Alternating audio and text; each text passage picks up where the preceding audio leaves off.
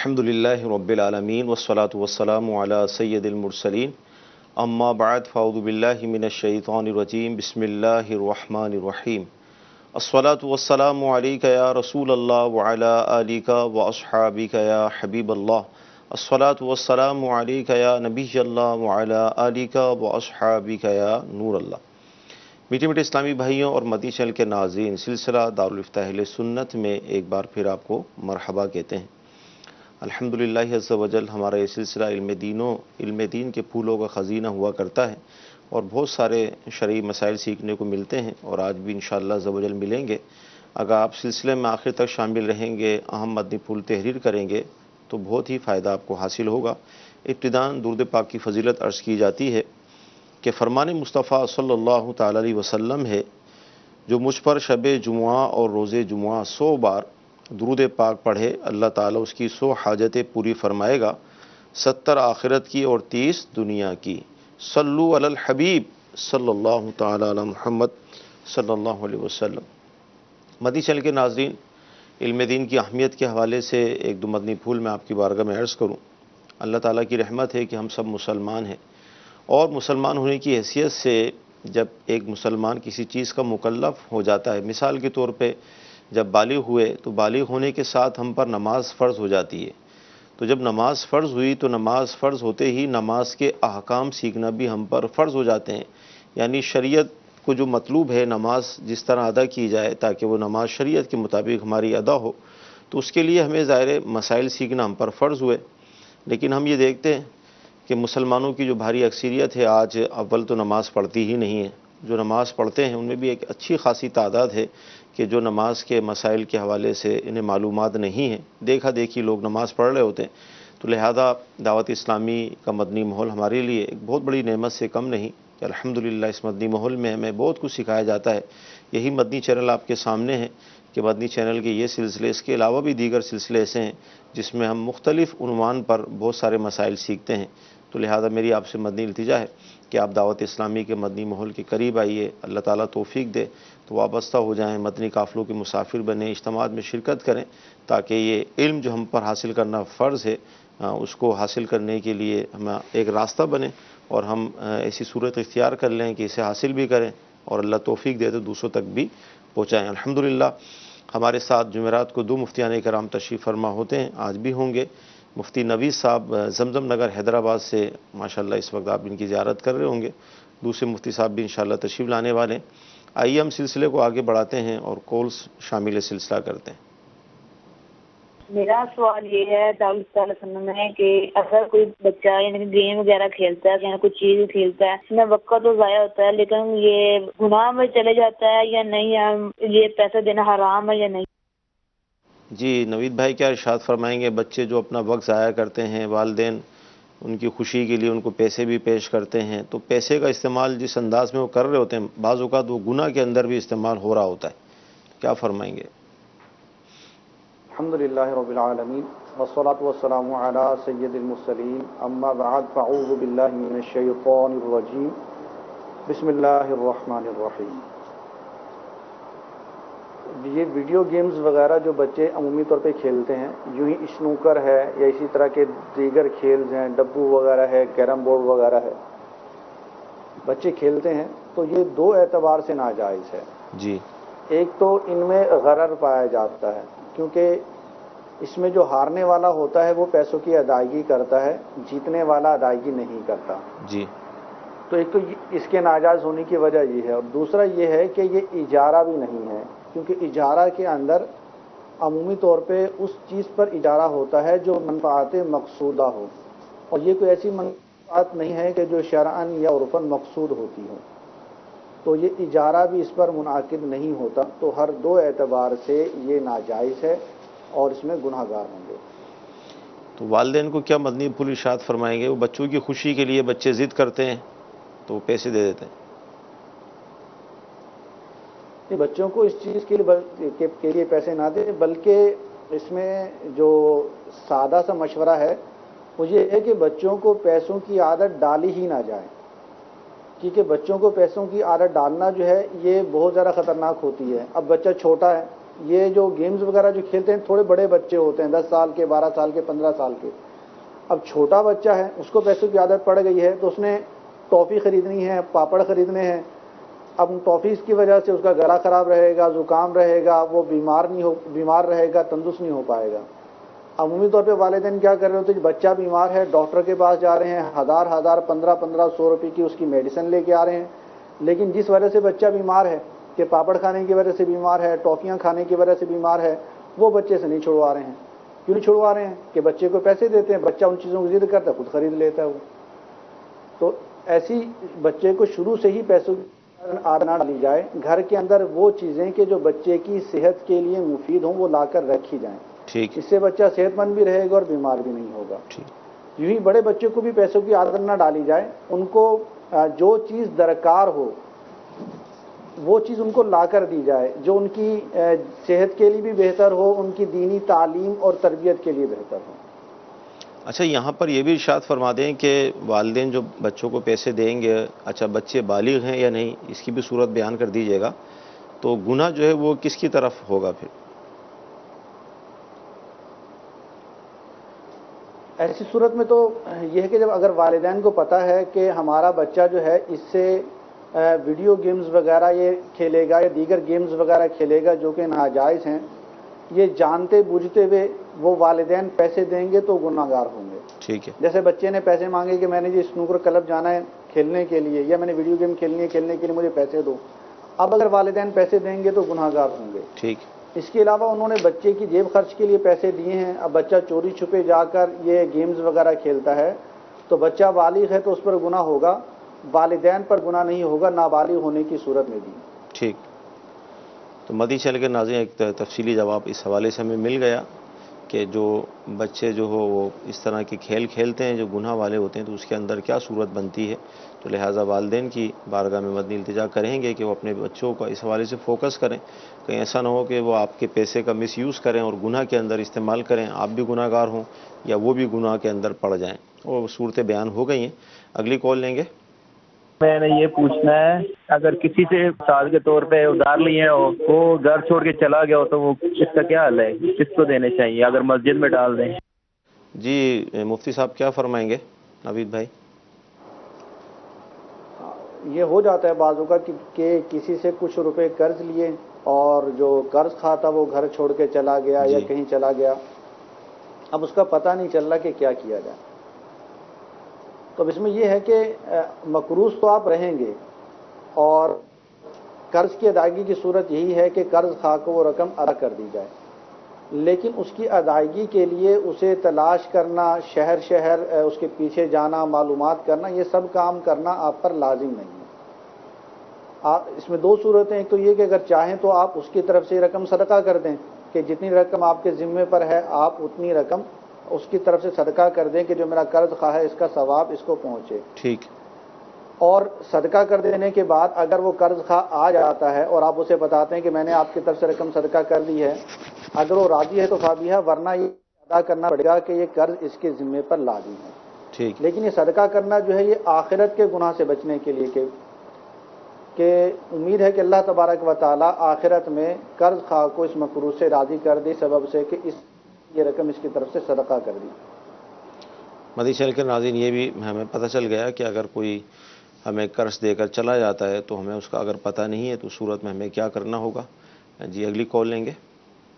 دارالفتہ اہل سنت میں میرا سوال ہے کہ مفتی صاحب کی بارگاہ میں کہ ایک آدمی روزانہ کچھ نہ کچھ صدقہ نکالتا ہے اور وہ صدقے کی رقم جمع کرتا ہے، اور کسی آدمی نے اس کو سوال کیا کہ یتیم بیٹی کی شادی ہے تو کیا یہ پیسہ وہ قریب بیٹی یتیم کی شادی میں وہ پیسہ دے سکتا ہے صدقے کا؟ اس کے بارے میں کچھ وضاحت کرے. السلام علیکم ورحمۃ اللہ وبرکاتہ. وعلیکم السلام ورحمۃ اللہ وبرکاتہ. کیا فرمائیں گے صاحب؟ بسم اللہ الرحمن الرحیم. دیکھیں، جو انہوں نے سوال یہ کیا کہ ایک آدمی روزانہ صدقہ نکالتا ہے، صدقہ نکالنے سے بعد وہ جمع کرتا ہوگا، مہینے بعد کچھ عرصے بعد وہ اکٹھا کسی کو دے دیتا ہے. اب کسی نے سوال کیا ہے کہ یتیم بچی ہے، جی اس کی شادی ہو رہی ہے.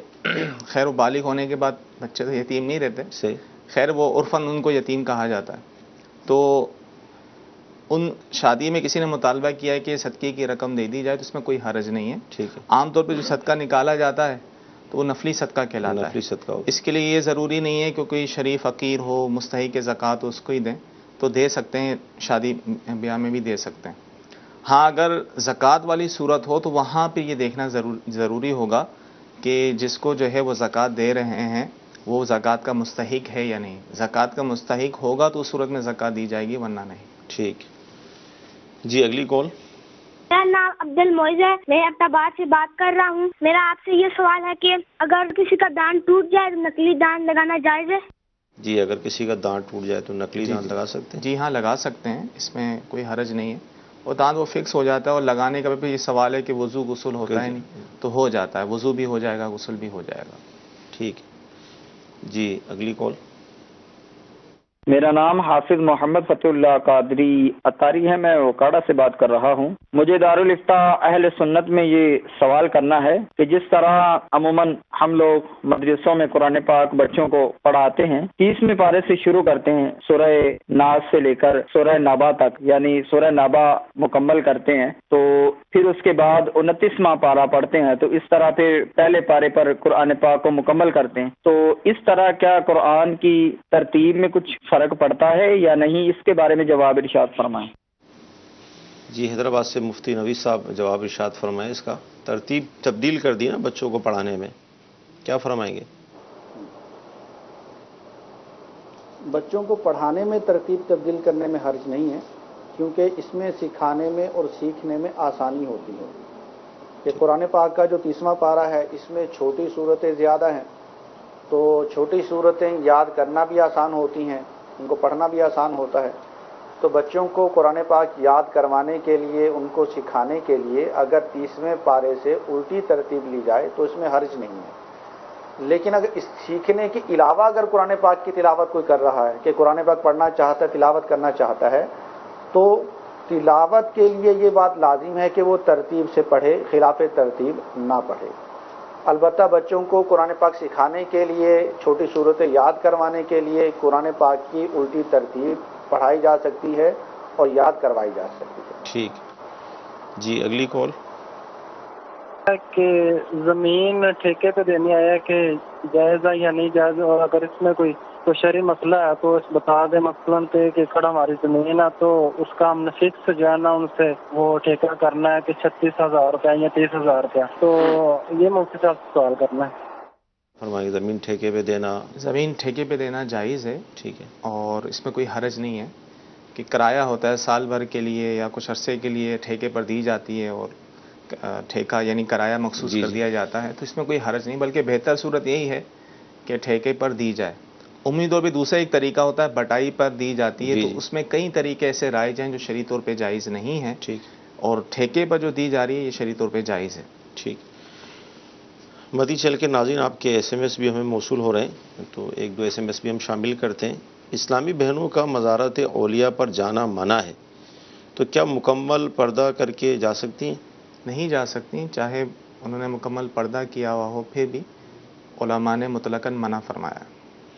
اچھا، اسی طرح اگر نماز پڑھتے ہوئے دوسری رکعت میں جو قاعدہ ہوتا ہے وہ بھول جائیں تو اب کیا کریں؟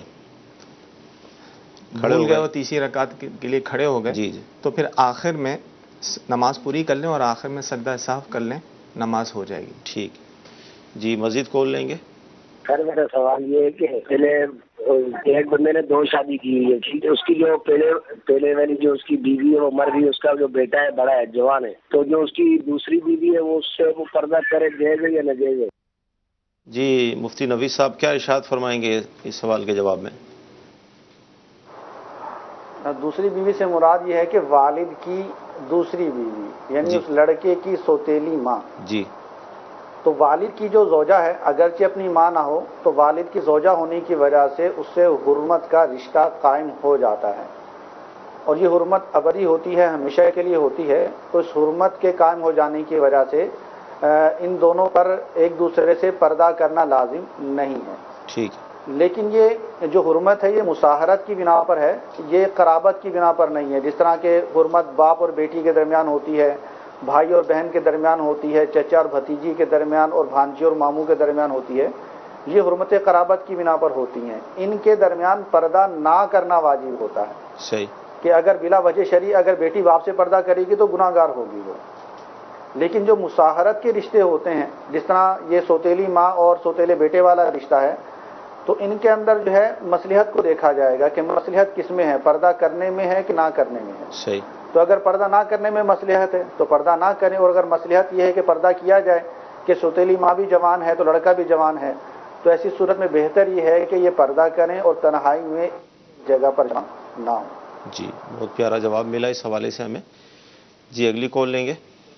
دارالفتہ اہل سنت میں میرا سوال ہے کہ جو ہم پرائیویٹ جاب کرتے ہیں تو ہمیں آفس میں میڈیکل انشورنس ملتی ہے. میڈیکل ہمیں فری ہوتا ہے آفس میں، لیکن یہ میڈیکل ہمارے آفس ہماری کمپنی ہمیں ایک انشورنس کمپنی کے تھرو دیتی ہے. ہماری سیلری میں سے اس میں سے کوئی بھی چیز ڈیڈکٹ نہیں ہوتی، مطلب کوئی بھی اماؤنٹ ڈیڈکٹ نہیں. تو یہ پوچھنا یہ تھا کہ یہ ہماری اور ہمیں جو پیمنٹ ہے وہ ہماری کمپنی دیتی ہے، لیکن یہ انشورنس کمپنی سے لے کے دیتی ہے چیک کے تھرو. پوچھنا یہ تھا کہ یہ میڈیکل یہ جائز ہے انشورنس کمپنی کے تھرو لینا، جبکہ یہ ہماری کمپنی ہمیں لے کے دیتی ہے، ہم ڈائریکٹ نہیں لے. کیا فرمائیں گے؟ دیکھیں ہمارے یہاں جو میڈیکل انشورنس کی صورت ہے وہ جائز نہیں ہے، اور کمپنی میں جو امپلائیز ملازمین کی میڈیکل انشورنس کروائی جاتی ہے، اگر تو جیسا کہ انہوں نے کہا کہ ہماری سیلری سے کٹوتی نہیں ہوتی بلکہ کمپنی خود کرواتی ہے، لیکن کمپنی جب کرواتی ہے تو ان سے ایک فارم بھرواتی ہے. صحیح. اگر تو امپلائی نے کوئی میڈیکل انشورنس کا فارم بھر کے دیا تو یہاں ان کی بھی رضامندی شامل ہو گئی.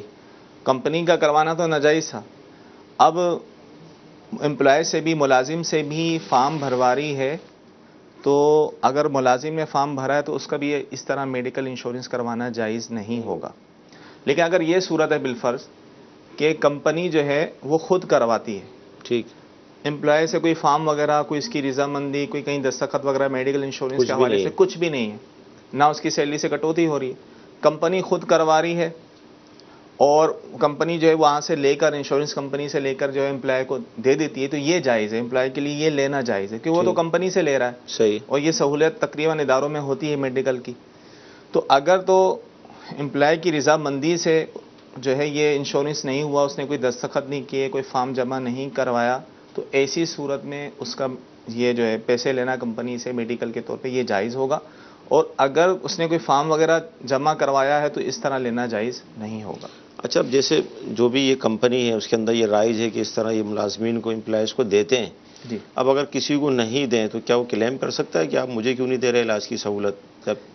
دیکھیں مسئلہ یہ ہے کہ بعض جگہ بعض صورتوں میں ایسا ہوتا ہے کہ یہ ضروری ہوتا ہے، ٹھیک ہے، قانونی طور پہ بھی ضروری ہوتا ہے. صحیح. کہ وہ پھر انشورنس وغیرہ یا میڈیکل کی سہولت دی جائے. صحیح. یا پھر کمپنیوں میں ایسا یہ رول ہے قانون کی طرف سے کہ وہ 5% دیتے ہیں سالانہ، جو ہے وہ کمپنی نے جو کمایا ہوتا ہے اس کے منافع 5% دیتے ہیں. نہ دیا جائے تو امپلائی کو یہ حق حاصل ہوتا ہے کہ وہ کلیم کر سکتا ہے. صحیح. تو جن صورتوں میں اگر جائز طریقے سے جو چیز حاصل ہو رہی ہے اور ان کا حق ہے ملازمین کا، تو وہ تو لینا جائز ہے. ٹھیک ہے. اور اگر ایسا نہیں ہے، ان کے ثواب دید پر ہے، جس کو چاہے دیں جس کو چاہے نہ دیں، تو ایسی صورت میں ظاہر کلیم نہیں کیا جا سکتا. ٹھیک. جی اگلی کال لیں گے. میرا سوال یہ ہے کہ اگر 4 رکعت والی نماز پڑھ رہے ہوں سنت، اور اس میں پہلی رکعت میں سورہ فاتحہ کے بعد سورہ فلق پڑھیں، پھر دوسری رکعت میں سورہ فاتحہ کے بعد سورہ ناس پڑھ لیں، اب کیا تیسری رکعت میں سورہ ناس ہی پڑھیں گے یا کوئی اور سورت؟ اچھا، اس میں یہ چاہوں گا مزید ایڈ کر کے کہ سنت غیر موقدہ اور موقدہ کے فرق کے ساتھ بیان کر دی جائے. یعنی نیت تو ایک ساتھ 4 کی باندھیں گے، لیکن ظاہر ہے وہ سنت غیر موقدہ میں ہم درود شریف بھی پڑھتے ہیں، پھر ثنا سے ابتدا کرتے ہیں. تو فرق کیا ہوگا اس میں؟ یہ ہے کہ اول مسئلہ کیا ہے وہ پہلے سمجھنا ہے کہ جیسے ابھی تھوڑی دیر پہلے بھی وضاحت ہوئی. جی. قرآن پاک کو الٹی ترتیب سے پڑھنا، الٹا قرآن پاک پڑھنا جائز نہیں ہے. تو یہ چیز نماز میں بھی لحاظ، نماز کے علاوہ بھی جائز نہیں، الا یہ کہ جو چھوٹے بچوں کو پڑھایا جاتا ہے وہ اجازت دی گئی. ٹھیک ہے. اور نماز کے اندر بھی الٹا قرآن پاک پڑھنا جائز نہیں. یعنی نماز کے اندر آپ نے پہلی رکعت میں جو سورت پڑھی ہے، دوسری رکعت میں اس سے اگلی سورت پڑھیں گے، اس سے پہلے نہیں پڑھ سکتے. تو یہ جائز نہیں ہوگا. بلکہ یہاں تک آیا کسی نے پہلی رکعت میں جو ہے سورہ ناس پڑھ لی، جی، قل اعوذ برب الناس، اب دوسری رکعت میں بھی اس پر لازم ہوگا وہ سورہ ناس پڑھے. تو اس کے علاوہ کوئی سورت پڑھے گا تو الٹی ترتیب کی وجہ سے اگر جان بوجھ کے پڑھ رہا ہے تو گناہ گار ہوگا. ٹھیک ہے. البتہ اس صورت میں نماز ہو جائے گی، اور اگر بھولے سے اس نے پڑھ لیا تو گناہ گار نہیں ہے. ٹھیک ہے. اور سجدہ سہو کی بھی حاجت نہیں ہوگی. تو لہذا اگر پہلی رکعت میں جو ہے اس نے سورہ ناس پڑھ لی ہے تو دوسری رکعت میں بھی سورہ ناس پڑھے، اور پہلی رکعت میں سورہ فلق پڑھ لی تو دوسری رکعت میں سورہ ناس پڑھ لی تو بقیہ رکعت میں بھی وہ سورہ ناس پڑھ لیں. ٹھیک ہے. اب اس میں غیر موقدہ اور موقدہ، اس میں یہ بیان کیا گیا ہے جی کہ جو نوافل وغیرہ ہوتے ہیں، کیونکہ نفل کا ہر قاعدہ جو ہے یہ فرض ہوتا ہے، ہر الگ الگ شفا شمار ہوتا ہے، دو رکعتیں. تو اس میں دو رکعتوں میں اس نے ترتیب رکھی. صحیح ہے. کہ جیسے سورہ فلق سورہ ناس پڑھ لی، پھر اگلی 2 رکعتوں میں بھی اگر اس نے سورہ فلق سورہ ناس پڑھ لی تو یہ جائز ہوگا. ٹھیک. ایس ایم ایس جو ہمیں موصول ہو رہا ہے مفتی صاحب، وہ مزار والا جو آپ نے جواب ارشاد فرمایا تھا کہ عورتیں نہیں جا سکتی. اچھا، یہ دیکھنے میں آتا ہے کہ بعض مزارات اولیاء ایسے ہیں کہ جہاں پر جن کے پاس بھی خدمت ہے مزار شریف کی، تو عورتیں تو آتی ہیں تو وہ ایک پورشن الگ بنا دیتے ہیں. تو اب کیا اس صورت میں جائز ہو جائے گا؟ دیکھیں، اگرچہ کئی جگہوں میں ایسا ہے کہ الگ الگ پورشن بنے میں، پھر بھی علماء نے منع کیا ہے کہ عورتوں کو نہیں جانا چاہیے. یعنی ان کا گھر سے نکلنے مزار کے لیے کہ ہم حاضری کے لیے جا رہے ہیں، منع ہے. جی، اگلی کال لیں گے. لوگوں کے فائدے کے لیے کہ بھائی آپ 18,000 روپے انویسٹ کریں تو آپ کو روزانہ $1 جو ہے وہ آپ کے اکاؤنٹ میں آ جاتا ہے رات 12 بجے تک، ٹھیک ہے نا. اور یہ سلسلہ چلتا رہتا ہے. تو اس طرح مہینے میں $30 ہمارے اکاؤنٹ میں آ جاتے ہیں. تو ڈالر کا ریٹ بھی آگے پیچھے ہوتا رہتا ہے، کبھی 100 کا، کبھی 120. تو معلوم یہ کرنا ہے کہ یہ صورت جائز ہے، منافع میں آئے گی یا کیا ہوگا؟ اس میں انویسٹ کر سکتے ہیں؟ مفتی نوید صاحب کیا ارشاد فرمائیں گے؟ انویسٹمنٹ ہے، $1 مل رہا ہے روزانہ. بسم اللہ الرحمن الرحیم. اس کا جواب دینے سے پہلے میں تھوڑا سا اس کا پس منظر عرض کر دوں جی کہ اس طرح کی جو اسکیمز وغیرہ ہوتی ہیں انہیں کہا جاتا ہے پونزی اسکیمز جی، اور یہ فراڈ ہوتی ہیں.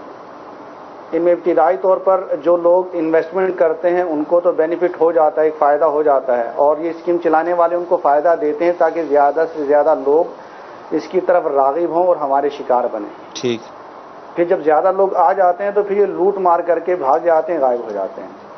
تو ان کے عمومی طور پہ 2 طریقہ کار ہوتے ہیں. ایک تو یہ ہے کہ یہ ایک سادہ سی اسکیم دے دیتے ہیں کہ آپ ہمیں اتنے پیسے دیں گے تو ہم آپ کو پر ڈے یا ماہانہ یا پر ویک ہم آپ کو اتنا پروفٹ آپ کو دیں گے، یا آپ کو اتنے عرصے کے بعد یہ رقم ڈبل کر کے دے دیں گے. کہ آپ نے ہمیں مثال کے طور پہ 20,000 روپے دیے ہیں تو ہم 30 دن کے بعد آپ کو ان کا ڈبل کر دیں گے، 40,000 روپے آپ کو واپس لوٹا دیں گے. ٹھیک. تو ایک تو پونزی اسکیم کا طریقہ کار یہ ہے. اور دوسرا طریقہ کار یہ ہوتا ہے کہ اس میں کسی پروڈکٹ کا نام رکھ لیا جاتا ہے کہ ہم فلاں پروڈکٹ کا کام کرتے ہیں اور ہم یوں کام کرتے ہیں، جیسے ہمارا سونے کا کام ہے، چاندی کا کام ہے، ہم ہیروں کی تجارت کرتے ہیں، یا ہم کان کنی کا کام کرتے ہیں، مائنز ہیں ہمارے، وہاں سے بھی نکالتے ہیں، تو آپ ہمارے کاروبار میں انویسٹ کریں تو ہم انویسٹ کرنے پر ہم آپ کو اتنا پروفٹ دیں گے. تو اب وہ پروفٹ بھی بہت زیادہ ہوتا ہے اور عمومی طور پہ وہ اتنا پروفٹ ممکن نہیں ہوتا. تو یہ بھی ایک پونزی اسکیم ہے. کیونکہ اب ان کی اب حقیقت جاننے جائیں گے نا کہ کیا کر رہے ہیں. جیسے مثال کے طور پہ ایک فرم ہے جس کا ہیروں کا کام مشہور ہے کہ ہیروں کا کام کرتی ہے، بہت زیادہ پروفٹ دیتی ہے. پھر سے آگے ایک وہ سسٹم بھی چلاتی ہے جسے چین سسٹم کہا جاتا ہے، نیٹ ورک بزنس بھی کہا جاتا ہے، کہ آپ ہمارے جو ہے امیدوار بنیں گے، ہماری پروڈکٹ خرید لیں، ہمارے امیدوار بن جائیں، اس کے بعد پھر آگے 2 بندوں کو اور پھانسیں، وہ آگے 2 کو 4 کو پھانسیں گے، 4 پھر آگے 8 کو پکڑیں گے. تو اس کے بعد جو جمع ہوں گے اس میں سے آپ کو اتنا پروفٹ ملے گا، اتنا آپ کو حصہ ملے گا. تو یہ پورا چین سسٹم بھی آگے چلتا ہے. یہ بھی پونزی اسکیم ہی کہلاتا ہے. صحیح. تو یہ بھی آج کل پاکستان میں بعض کمپنیاں وغیرہ ایسا کر رہی ہوتی ہیں. تو یہ سب جو ہیں یہ سب لوٹ مار کرنے کے طریقے ہیں، پوری دنیا میں مشہور ہیں. ان سب کو ایک انعام دیا گیا ہے، ان کے طریقہ کار مختلف ہیں. یہ سب جو زیادہ پیسہ پروفٹ شو کر رہے ہوتے ہیں یہ عمومی طور پر لوٹ مار کر کے ہی بھاگ جاتے ہیں. ابتدائی طور پر چند لوگوں کو فائدہ ہوتا ہے، بلکہ ابتدائی جو فائدہ لینے والے ہیں وہ بھی بعض اوقات فائدہ نہیں لے پاتے کہ انہوں نے جو فائدہ لیا ہوتا ہے لالچ میں وہ بھی کرواتے ہیں اور آخر میں جو ہے وہ لٹ جاتے ہیں. جیسا مثال کے طور پہ پاکستانی کی مثال لے لیں آپ. پاکستان میں جو یہ چین سسٹم چلانے والی جو کمپنیز تھیں، تو اب تھوڑے سے پیچھے چلے جائیں تو ان میں ایک گولڈن کی آئی تھی، پھر بزنس آئی تھی، پھر شینل آئی تھی، پھر GMI آئی، پھر EMI آئی، پھر اب گولڈ مائن چل رہی ہے. تو یہ مختلف شہروں میں واردات کرتے ہیں. واردات کرنے کے بعد جب شہر کو لوٹ لیتے ہیں تو وہاں سے دوسرے شہر میں چلے جاتے ہیں. اب دوسرے شہر میں اگر آپ قانونی کارروائی کرنے کے لیے جاتے بھی ہیں تو وہاں پر سارے لوگ ہی چینج ہوتے ہیں. صحیح. تو وہاں پر ان کے خلاف کوئی قانونی کارروائی بھی نہیں کی جا سکتی. پھر پاکستان کا ایک ادارہ securities and exchange commission of Pakistan, تو پاکستان کے اس ادارے سے بھی اس طرح کی کوئی کمپنی رجسٹرڈ نہیں ہے. یہ قانونی طور پر بھی ناجائز کام ہی کر رہے ہوتے ہیں. تو خیر یہ تو میں نے ایک آپ کو انوائرمنٹ بتا دی کہ اس کا ماحول کیسا چل رہا ہے، اس میں ہو کیا رہا ہے. تو یہ اسکیمیں ہوتی لوٹ مار کرنے والی، لیکن یہ شرعی اعتبار سے بھی یہ ناجائز ہے. کیوں ناجائز ہیں؟ کیونکہ اس کے اندر جو پیسے آپ دیتے ہیں وہ کسی کاروبار میں انویسٹ نہیں کرتے. عمومی طور پر وہ پیسے جو ہیں آپ کے بالکل سیو ہوتے ہیں. آپ کو شیورٹی دی جاتی ہے کہ آپ کے پیسے سیو ہیں اور آپ کو اس پر پروفٹ ملے گا. صحیح. تو اب جو پیسے آپ نے دیے ہیں جن کے سیف ہونے کی آپ کو شیورٹی دی ہے، تو اس کا مطلب یہ کہ یہ شراکت داری نہیں ہے، بزنس نہیں ہے، بلکہ یہ قرض ہے. اور حدیث پاک میں کلو قرض جرہ منفعۃ فہو ربا، کہ ہر وہ قرض کے جس سے نفع لیا جائے وہ سود ہے، ہر وہ قرض کے جو نفع کھینچے وہ سود ہے. تو یوں سود پایا جا رہا ہوتا ہے. اور جو چین سسٹم ہے اس کے اوپر تو پوری دارالفت اہل سنت سے پورا ایک رسالہ شائع ہو چکا ہے. مفتی علی سے صاحب دامت ذلہ ان کی GMI پر پوری کتاب ہے. تو وہ پوری کتاب خرید کر اس کا مطالعہ بھی کیا جا سکتا ہے، کیونکہ اس کے اندر جو معاملہ ہے وہ عقود فاسدہ کا معاملہ ہے. عقود فاسدہ بھی من وشین سود ہی ہوتی ہیں اور ان کے اندر ملنے والا نفع بھی ناجائز ہوتا ہے. مفتی صاحب جس طرح کے حالات ہیں، غربت ہے، معیشت تباہ ہے، آپ کے سامنے حالات ہیں.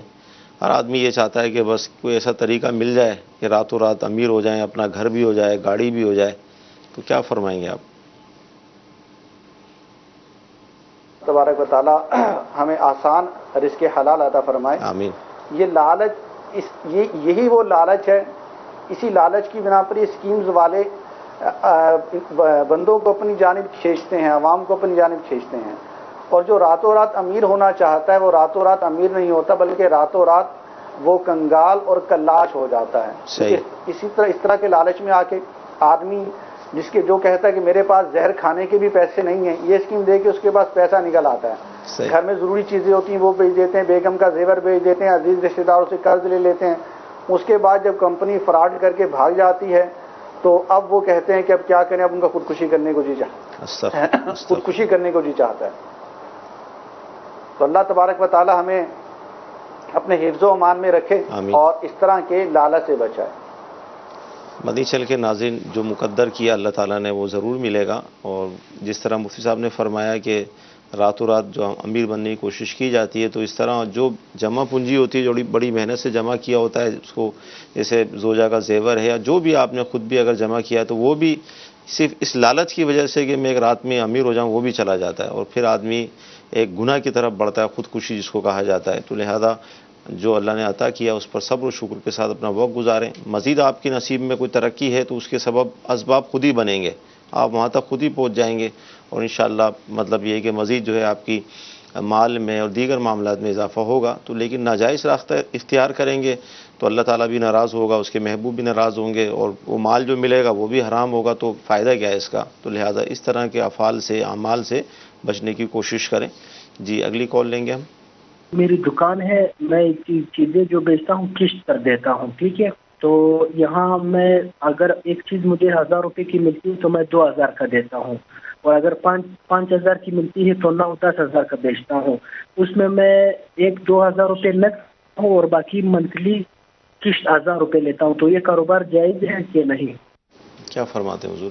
دیکھیں، قسطوں پہ چیز بیچنا جائز ہے، ٹھیک ہے، جبکہ اس کے اندر کوئی ناجائز شرط نہ ہو. ٹھیک. اب جو منع کیا جاتا ہے وہ عمومی طور پہ یہ ہوتا ہے جو قسطوں پہ خرید و فروخت کاروبار کرتے ہیں وہ شرائط کچھ اس طرح کی رکھتے ہیں جو شرعی طور پہ جائز نہیں ہوتی. جیسے پلینٹی کی شرط رکھتے ہیں، صحیح، کہ آپ نے کوئی قسط لیٹ کر دی تو بھئی پلینٹی ہوگی، جرمانہ ہوگا. تو یہ تو ناجائز و حرام ہے. ٹھیک. اور ان شرائط کی بنا پر وہ عقد جو معاہدہ ہوتا ہے وہ بھی ناجائز ہوتا ہے، بے فاسد کہلاتی ہے. لیکن اگر اس قسم کی کوئی شرط نہیں رکھتے، جیسا کہ بھائی نے سوال کیا، یہ کاروبار کرتے ہیں بھائی نقد اس کی قیمت اور ہے، ادھار قیمت اور ہے، یہ ادھار ہی بیچتے ہیں، اور اس وقت یہ ہو جاتا ہے کہ اس کی قیمت یہ ہوگی اتنی مدت میں ادائیگی ہے اور ہر مہینے یہ قسطیں ادا کرنی ہیں، تو ٹھیک ہے، یہاں تک معاملہ درست ہوگا. جبکہ اس کے اندر کوئی ناجائز شرط نہ لگائیں، پلینٹی کی شرط نہ ہو، انشورنس وغیرہ نہ ہو، اس طرح کا کچھ نہ ہو تو پھر یہ کاروبار کر سکتے ہیں۔ جی اگلی کال۔ مفتی صاحب سے سوال یہ ہے کہ جو زمین خریدی جاتی ہے اور خرید کر اس کو رکھ دیا جاتا ہے کہ زکوٰۃ دینی چاہیے؟ اگر مکان بنانے کی نیت سے اگر وہ زمین لی جائے تو کیا اس کے لیے اس زمین کی زکوٰۃ ادا کرنی ہوگی؟ جزاک اللہ خیرا۔ جی کیا فرمائیں گے ظاہر نیت ابتدان؟ اس پر زکوٰۃ نہیں ہوگی۔ نیت یہی ہے کہ اس پر مکان بنائیں گے، لے کے رکھ دی ہے، رکھنے کے لیے جو زمین لی جائے یا مستقبل میں بھئی اس کو بنائیں گے تو اس پر زکوٰۃ نہیں ہوتی۔ صحیح۔ زمین پر زکوٰۃ اس صورت میں ہوتی ہے کہ اس نیت سے خریدا ہو، خریدتے وقت یہ نیت ہو کہ میں اس کو بیچوں گا اور نیت برقرار بھی ہے، تو ایسی صورت میں زکوٰۃ ہوگی۔ کچھ ایس ایم ایس بھی شامل سلسلہ کرتے ہیں۔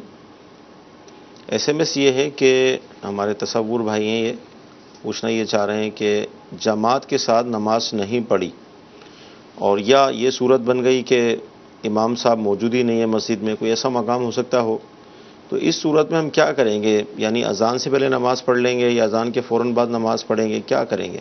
دیکھیں، اذان تو عمومی طور پہ مساجد میں شہروں میں ہو ہی جاتی ہے، اور جماعت اگر نکل گئی جی تو اس صورت میں اگر یہ گھر میں بھی نماز پڑھتے ہیں صحیح تو نماز تو ہو جائے گی، لیکن بلا عذر جو ہے مسجد قریب بھی ہے اور بلا عذر جو ہے بلا وجہ سستی کی وجہ سے جماعت چھوڑ دی ہے تو اس صورت میں گنہگار ہوں گے۔ ٹھیک۔ مرد کے لیے حکم یہ ہے کہ وہ مسجد میں جا کر جماعت سے نماز پڑھے، مسجد قریب ہو تو اس پر جماعت سے نماز پڑھنا واجب ہوگا، جبکہ اور کوئی عذر وغیرہ نہ ہو۔ تو اب جو ہے وہ اکیلے اگر نماز پڑھتا ہے تو اس صورت میں اسے اذان دینے کی حاجت نہیں ہوگی۔ ٹھیک جی اگلی کال لیں گے۔ فورن ایکسچینج پہ جو کام کرتے ہیں، فوریکس کرنسی کے ساتھ خریدتے ہیں اور سیل کر دیتے ہیں، کیا وہ جائز ہے یا ناجائز ہے؟ جی مفتی نوی صاحب کیا ارشاد فرمائیں گے کرنسی کا جو کاروبار ہوتا ہے؟ ہاں میرے خیال میں یہ فوریکس ٹریڈنگ کے بارے میں پوچھنا چاہ رہے ہیں جو آج کل چل رہی ہے۔ جی فوریکس ٹریڈنگ کے اندر کرنسیوں کا لین دین ہوتا ہے، وہاں پہ آپ اپنے پیسے انویسٹ کرتے ہیں، آپ کو ایک روم ملتا ہے، اس کے ذریعے آپ کرنسی کی خرید و فروخت کرتے ہیں۔ جی تو فی نفسی ہی فوریکس ٹریڈنگ میں تو اشیاء کی خرید و فروخت ہوتی ہے، وہاں پر کرنسی کے ساتھ ساتھ آپ بڑی سے بڑی چیز بھی خرید سکتے ہیں، چھوٹی سے چھوٹی چیز بھی خرید سکتے ہیں، یوں ہی بڑی سے بڑی چیز بیچ سکتے ہیں اور چھوٹی سے چھوٹی چیز بھی بیچ سکتے ہیں، اور یوں ہی اسی جگہ پر رہتے ہوئے آپ نے جو چیز خریدی ہے اسی جگہ پر آپ اس کو بیچ بھی سکتے ہیں۔ صحیح۔ تو اگر فوریکس ٹریڈنگ حقیقی طور پر پائی جا رہی ہے کہ حقیقتاً چیز موجود ہے، اس کی خرید و فروخت ہو رہی ہے، آپ ادائیگی کر رہے ہیں، چیز کو لے رہے ہیں، تو اس کے اندر جو خامی پائی جاتی ہے وہ پائی جاتی ہے قبضہ نہ ہونا، بیع قبل القبض، کہ چیز کو قبضے سے پہلے بیچ دینا۔ صحیح۔ کہ مثال کے طور پہ آپ نے ملیشیا کے اندر ایک چیز کو پسند کیا، آپ نے اس چیز کو پرچیز کر لیا، ابھی وہ چیز جو ہے گوڈاؤن کے اندر ہی موجود ہے، گودام کے اندر موجود ہے، آپ کو اچھا گاہک ملتا ہے، آپ نے فوریکس ٹریڈنگ کرتے ہوئے اسی سافٹ ویئر کے اوپر وہیں اسی چیز کو وہیں پر سیل کر دیا، تو شریعت نے اس کو ناجائز قرار دیا ہے جب تک آپ اس پر قبضہ نہیں کر لیتے، کیونکہ مسلم شریف کی حدیث پاک ہے کہ نہا رسول اللہ صلی اللہ تعالی علیہ وسلم ان یبیع الطعام حتی یستوفیہ، کہ آپ صلی اللہ تعالی علیہ وآلہ وسلم نے غلہ کو قبضہ کرنے سے پہلے بیچنے سے منع فرمایا ہے۔ صحیح۔ اور حضرت عبداللہ ابن عباس رضی اللہ تعالی عنہما فرماتے ہیں کہ احسب کل شیء مثلہ، کہ میں ہر چیز کو اسی کی مثل سمجھتا ہوں کہ جو بھی منقولی چیز ہے اس پر قبضہ کرنا ضروری ہے، قبضہ کیے بغیر اسے آگے نہیں بیچ سکتے۔ تو فوریکس ٹریڈنگ میں بنیادی فالٹ جو آتا ہے وہ یہی آتا ہے کہ اس کے اندر چیز کو بغیر قبضے کے بیچا جا رہا ہوتا ہے، صحیح، اور یہ بیچنا ناجائز ہے۔ لیکن ابھی یہ جو اسلامی بھائی جنہوں نے سوال کیا ہے، ان کا جو سوال تھا کرنسی کے بارے میں، جی، تو یہ کرنسی والا معاملہ بہت حد تک مشکوک ہے، کیونکہ ان کے بارے میں ہم عمومی طور پہ یہی سننے میں آتا ہے اور یہ ہمیں معلومات ملتی ہیں کہ یہ عمومی طور پر کوئی کرنسی کا لین دین نہیں ہو رہا ہوتا، یہ ایک سافٹ ویئر ہے جس پر ایک گیم بنی ہوئی ہے، اس پر بیٹھ کے آپ ایک گیم کھیل رہے ہیں اور اس گیم کے اندر آپ کو فائدہ بھی ہو رہا ہے، نقصان بھی ہو رہا ہے، اس میں بس کرنسیاں آ رہی جا رہی ہیں، ان کے ریٹس اپ اینڈ ڈاؤن ہو رہے ہیں، تو وہ حقیقی طور پر اپ اینڈ ڈاؤن نہیں ہو رہے، بلکہ گیم کے طور پر اپ اینڈ ڈاؤن ہو رہے ہیں. کچھ عرصے پہلے بھی دبئی میں ایک بہت بڑا فراڈ ہوا ایک کمپنی کا کہ جو فوریکس ٹریڈنگ کے طور پہ چل رہی تھی. لوگوں کے انہوں نے کروڑوں ڈالر دبا لیے اور لوٹ لیے. تو اگر کرنسی کا ہی لے لیا جائے, کسی کا بھی لے لیا جائے, تو اس کے اندر قبضہ مفقود ہونے کی وجہ سے ان کی خرید و فروخت ناجائز ہے اگر یہ حقیقتاً ہے, اور اگر حقیقتاً نہیں ہے تو فقط ایک جوا ہے, گیم ہے, یہ ویسے ہی ناجائز ہے. جی مدنی چینل کے ناظرین اس حوالے سے بھی جواب مل گیا. یعنی آپ غور فرمائیں مدنی چینل کے ناظرین, ہمارے معاشرے کے اندر ناجائز صورتیں, یعنی کرنسی کے حوالے سے, پارٹنرشپ کے حوالے سے, قسطوں میں سامان کے حوالے سے, یعنی کس طرح کی صورتیں رائج ہیں. ظاہر لوگ علم حاصل نہیں کرتے, مفتیان کرام کی بارگاہ میں حاضر نہیں ہوتے, اپنے تئی سوچ کر کام شروع کر دیتے ہیں, اس کے بعد پھر پھنس جاتے ہیں. تو لہذا مدنی التجا ہے کہ جو بھی اس طرح کا کام شروع کریں ابتداً شرعی رہنمائی لیں, پھر جو جواب ملے اس کے مطابق کام کریں, انشاءاللہ عمل ہوگا, برکت ہوگی اور بہت کچھ ملے گا. جی اگلی کال. سجدے میں کتنی ہڈیاں لگنی چاہیے اور پیر کا جو انگلی ہے یہ کس طرف مڑی ہوئی ہونی چاہیے, ارشاد فرما دیجئے. اللہ سجدے میں پاؤں کی انگلیوں کا پوچھ رہے ہیں. ایک تو پوچھا ہے کہ سجدے میں کتنی ہڈیاں لگانی چاہیے. سجدے میں جو ہے وہ 7 ہڈیاں لگتی ہیں. صحیح. اور ان میں سے 2 ہڈیوں کا لگانا تو فرض ہے. ٹھیک ہے. ایک تو پیشانی کی ہڈی یہ لگانا, اور پاؤں کی 10 انگلیاں جو ہیں, دونوں پاؤں کی 10 انگلیوں میں سے ایک انگلی کا پیٹ لگانا یہ فرض ہے. یعنی سجدے میں 7 ہڈیوں کا لگانا فرض نہیں ہے, یہ 2 ہڈیوں کا لگانا فرض ہے, اور ناک کی ہڈی کا لگانا واجب ہے. ٹھیک ہے. اب رہے یہ دونوں ہاتھ اور گھٹنے, صحیح, اس کا لگانا سنت ہے. ٹھیک ہے. اور یہ بھی کہا گیا ہے کہ اس کا لگانا واجب بھی ہے. ٹھیک ہے. اس پر بھی اقوال ملتے ہیں. تو لہذا یہ سجدے میں ان ہڈیوں کا لگانا ہے. اب انہوں نے کہا پاؤں کی انگلی کا, تو پاؤں کی انگلی کا ایک انگلی کا پیٹ لگ جائے. اب پیٹ جو ہے تھوڑا سا بھی اگر فولڈ کریں گے تو پیٹ لگ جاتا ہے. اور وہ جو کہا گیا ہے کہ مڑ کر قبلہ رو ہو جائیں, تو یہ سنت طریقہ ہے. ٹھیک ہے. پاؤں کی ایک انگلی کا پیٹ, یعنی 10 انگلیوں میں سے ایک انگلی کا پیٹ لگانا, کوئی سی بھی ہو, اس کا لگانا فرض ہے. اور دونوں پاؤں کی 3 انگلیوں کا پیٹ لگانا یہ واجب ہے. اور 10 پاؤں کی انگلیوں کا پیٹ لگانا یہ سنت, یعنی اس کو اتنا موڑنا کہ قبلہ رو ہو جائیں. صحیح. تو یہ سنت ہے. ٹھیک. جی اگلی کال لیں گے. میں نے جیسے بڑی عید آ رہی, بقرہ عید آ رہی ہے, اس میں نا کسی کے ساتھ حصہ رکھنا ہو اور پتہ چل جائے جس کے پاس پیسے میں نا 2 نمبر کے ہیں, یا اس نے میں نا کوئی ہیرا پھیری کی ہے یا سود والے پیسے ہیں, کیا اس کے ساتھ آنگ رکھ سکتے ہیں, حصہ رکھ سکتے ہیں؟ جس میں ہم حصہ شامل کرنا چاہ رہے ہیں اس کا کام کنفرم نہیں ہے ایک شک. جی دیکھیں, اول تو یہ کہ جس کے بارے میں پتہ چل جائے یا مشہور ہو تو ایسوں کے ساتھ حصہ داری سے بچنا چاہیے. ٹھیک ہے. لیکن اگر کسی نے حصہ ڈال لیا, صحیح, اور اس کی کمائی ہے مشکوک یا سودی معاملات ہیں, تو ایسی صورت میں جس نے حصہ ڈالا ہے اس کی قربانی پہ کوئی فرق نہیں پڑے گا, اس کی قربانی ادا ہو جائے گی. ٹھیک. جی اگلی کال. میرا نام محمد عثمان ہے, میں فضان مدینہ گجرات میں پڑھتا ہوں. میرا آپ سے سوال ہے کہ جو ہاتھ سے تصویریں بناتے ہیں وہ جائز ہے کہ نہیں؟ تصویر ہاتھ سے ہو, موبائل سے ہو. دیکھیں, ہاتھ سے کسی جاندار کی تصویر بنانا, صحیح, انسانوں کی, پرندوں کی, ٹھیک ہے, کسی جاندار کی تصویر بنانا یہ تو ناجائز و حرام ہے. ٹھیک ہے. ٹھیک ہے, حدیث میں اس کی ممانعت آئی. اگر بے جان چیزوں کی تصویر بناتے ہیں, جیسے درختوں کی, پہاڑوں کی, اس طرح کی جو تصویریں ہوتی ہیں یہ جائز ہوتی ہیں. ٹھیک ہے. تو کسی جاندار کی تصویر بنانا, چاہے وہ ہاتھ کے ذریعے سے ہو یا کیمرے کے ذریعے سے ہو, پھر اس کا پرنٹ نکال دیا جائے, تو ایسی صورت میں یہ جائز نہیں. ٹھیک. جی اگلی کال. میرا سوال مفتی صاحب کی بارگاہ میں یہ ہے کہ بڑی راتوں میں جو صلاۃ و تسبیح کی نماز ادا کی جاتی ہے, اسے جماعت کے ساتھ ادا کرنا کیسا, اس کی وجاہت بتا دیجئے. جی مفتی نوید صاحب کیا ارشاد فرمائیں گے؟ تسبیح کی نماز اعلان جماعت ہوگی اتنے بجے. نوافل چاہے صلاۃ و تسبیح کیوں نہ ہو, ان کو اکیلے پڑھنا یہ افضل ہے, یہ اولا ہے. اور جماعت کے ساتھ بھی یہ ہے کہ امام کے ساتھ زیادہ سے زیادہ 2 آدمی شامل ہو سکتے ہیں. صحیح. لیکن 2 سے زیادہ شامل ہونا, جس طرح ہمارے عمومی طور پہ 2 سے زیادہ ہی شامل ہوتے ہیں, بلکہ بڑی راتوں میں اعلان کیا جاتا ہے کہ امام صاحب جو ہے فلاں اتنے بج کر اتنے منٹ پر صلاۃ و تسبیح کی جماعت کروائیں گے. جی. تو یہ عمل جو ہے یہ زیادہ سے زیادہ خلاف اولا ہے. صحیح. ناجائز نہیں ہے، حرام نہیں ہے، زیادہ سے زیادہ خلاف اولا ہے.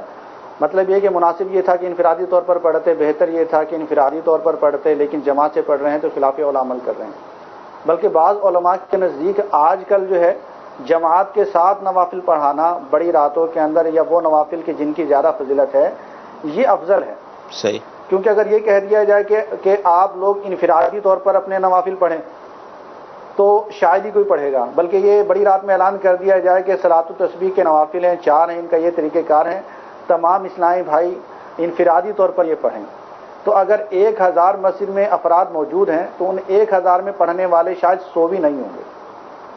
لیکن اگر یہ اعلان کر دیا جائے کہ جماعت کروائی جائے گی تو 1000 میں سے 990 غالباً پڑھ لیں گے، 8-10 ایسے ہوں گے کہ جو شاید نہ پڑھیں. ٹھیک. اور علماء یہی فرماتے ہیں کہ ہر وہ عمل کہ جس سے عوام نیکی کی طرف راغب ہو، اللہ تبارک و تعالیٰ کی عبادت کی طرف راغب ہو، تو وہ مستحب ہوتا ہے. تو اس اعتبار سے جماعت کروانی چاہیے کہ ایک قول پر مستحب بھی ہے، اور اگر ممانت والا قول بھی لیا جائے تو وہ فقط خلاف اولا کا ہے، ناجائز کا نہیں ہے، ناجائز کسی بھی قول پر نہیں ہے. سلسلے کا وقت ختم ہو گیا، اذان ہونے والی. اللہ تعالیٰ کی بارگاہ میں دعا کرتے ہیں کہ اللہ تعالیٰ آج کا ہمارا سلسلہ قبول فرمائے، جو سنا ہے، جو سیکھا ہے، اس پر عمل کرنے کی توفیق عطا فرمائے. آئیے ہم اذان سنتے ہیں، اس کا جواب دیں گے. صلو علی الحبیب صلی اللہ تعالی علی محمد.